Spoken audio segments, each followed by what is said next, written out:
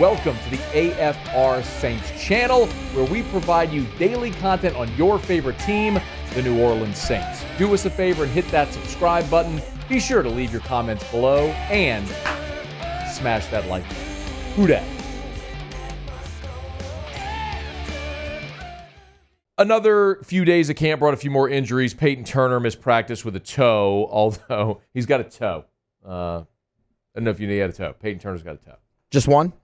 Just one. Just one toe. Got one toe. Singular. That's it. He's just got a toe. Peyton Turner's got a toe. Paulson Adebo missed practice with a groin. I don't know if you know, but Paulson Adebo's got a groin. That's a good thing. He needs a groin. You need a groin. You need a groin. What do you do if you don't have a groin? You're groinless. You're groinless. It's a problem. Cat Terrell tweeted this quote from Dennis Allen about the injuries, and they have been plentiful in this camp. I mean, it's literally every day there's been some notable player for the New Orleans Saints that's been injured. And it's, I guess, tangentially, it's interesting because we talked about the Saints going to camp in California, and there was this thought about, hey, the weather's nicer, the humidity's less, guys are going to be fresher, and the complete opposite has happened. I mean, and by the way, I do not correlate the camp injuries to being in California or Metairie or Jackson or Greenbrier or anything. I think it's just on guys getting themselves ready. Anyway, here's the quote from Cat Terrell. Dennis Allen said there's a point where they'll need to back off the team a little bit because of injuries. But he said it's important to, quote, build calluses for the regular season, end quote. Injuries come with that although the list is higher than he'd like right now. So, yeah, they're pushing him hard, and when you do that, you're going to have injuries, but he noted that the injury list is higher than they'd like. I think for a lot of these guys, Demario Davis having a soft tissue injury, Paulson Adebo with a groin injury, Marshawn Lattimore. A lot of these guys, you know they're Sunday players. Like, you know what they are when Sundays come. So just get them there. Just get them to week one. I'm not so interested in watching Marshawn Lattimore flip his hips in beautiful 70-degree weather at Cal Irvine. What I am interested in seeing is Marshawn Lattimore week one against Carolina in the Dome. Like, that's what I really want to see. There's there's great value in camp and preseason for a lot of guys. A guy we're about to talk about here in a second, Dallin Hulker, there's a ton of value for it, as we're going to talk about. But when you know what Demario Davis is, and over the course of his career, he's never missed a game due to injuries. He missed one game in his entire career because of COVID. Like, I don't need to see Demario Davis at all in camp. Just I'll see you week one in the Dome against Carolina, and we'll be good. So I don't want to overreact to any of the injuries, but it is just a thing where you look and go, man, did they come not prepared? And I don't know the answer to that. I mean, only those players can answer that. But when you had Dennis Allen getting upset with Kendre Miller, right, for having a hamstring injury day one when you're going through walkthroughs, that speaks to not being prepared, not having your body ready to play. And I wonder if that's maybe a bigger part of this. As I referenced, one of the guys who is making the most of his opportunity is Dallin Hulker. And the media that's present in Irvine on Monday noted that undrafted rookie free agent tight end Dallin Hulker was taking reps with the first-string offense. Now, there was some roster shakeup for the New Orleans Saints over the weekend at tight end. They waived Jesper Horsted, and Tommy Hudson went to IR.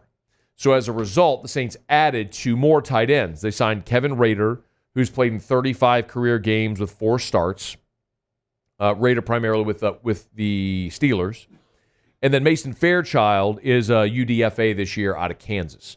So they've added those other bodies. My question specifically with Hulker is whether or not Hulker's taking reps with the ones because he's earned it, or is he taking reps with the ones out of necessity? Now, here was Dennis Allen meeting with reporters talking about Dallin Hulker. I think he's probably a little further along as a receiving tight end than he is as a blocking tight end. And so I'd say that's an area that he's got to continue to work on and improve. What I do see and feel is, kind of a smart, savvy football player that, although he may not have an elite skill set necessarily, he's got football awareness and football intelligence, and that allows him to find soft spots and zones and things of that nature. He's really good when the picture changes. So for a young guy, to be advanced in that way from a football intelligence standpoint, I think is pretty impressive. It's worth noting, Dallin Hulker's not exactly a young guy. He's 24 years old. So he started his college career in 2018 at BYU, and then he went on a 2-year Mormon mission, and then his last year of football transferred from BYU to Colorado State, where he became a second-team All-American and was a finalist for the Mackey Award, which, of course, was won by Brock Bowers. He was one of 3 finalists. So he was first-team All-Conference.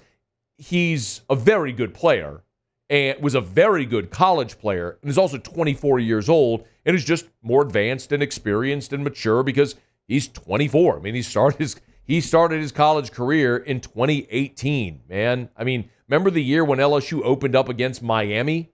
That's when Dallin Hulker started his college career. So, yeah, man, I'm not surprised that he's a little more advanced and having some success right now because he's not your typical UDFA. I'll also remind you, the Saints felt really good about him when they signed him. They gave him $235,000 guaranteed, which was the highest dollar amount for a UDFA this year. So yes, I'm not surprised that Hulker is making some waves here early. But it's also worth noting, you've got Foster Moreau in camp, and Juwan Johnson is still recovering from offseason foot surgery. So after Moreau and Juwan Johnson, who else really do you have? I mean, you had Jesper Horsted. That wasn't popping. Tommy Hudson goes to IR. You've added a couple of new guys. It's not like Dallin Hulker is stealing first-team reps from proven, established guys.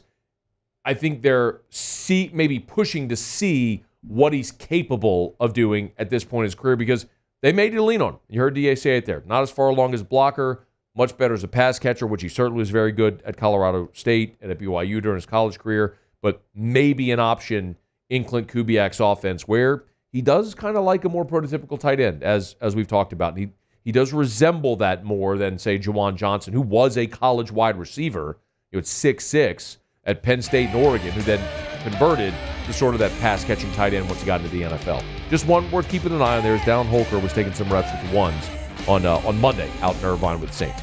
Hey, thanks so much for watching. Please leave your comments. I love to interact, and be sure to hit the red subscribe button below.